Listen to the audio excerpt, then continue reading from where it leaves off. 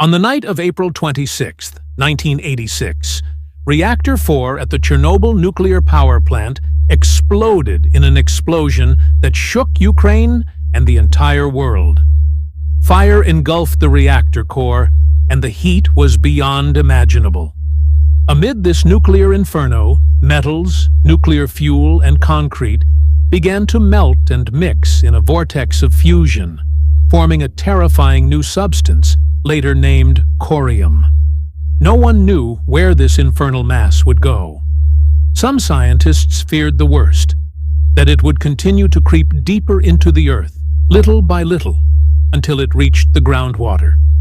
If that happened, it would mean a terrifying steam explosion, more powerful than the initial explosion itself, capable of scatter the remains of the reactor and unleash a new radioactive cloud that would cover all of Europe.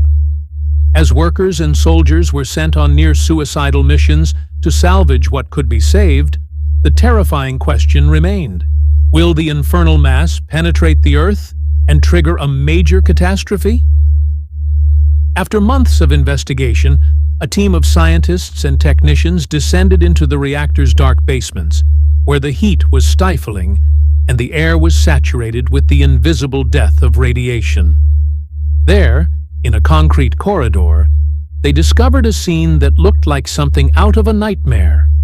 A massive mass, frozen in a twisted, strange shape, its surface glistening dark gray, and its size roughly that of a giant boulder.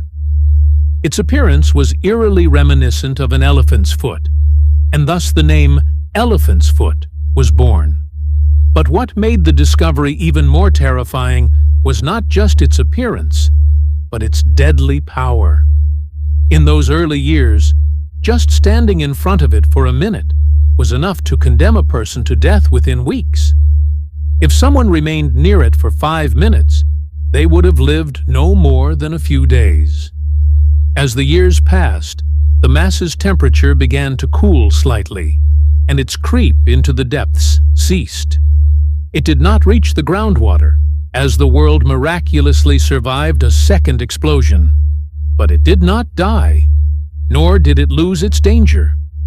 It's still there, in a dark, abandoned basement, emitting deadly radiation, and remains a terrifying symbol of what unleashed nuclear energy can do.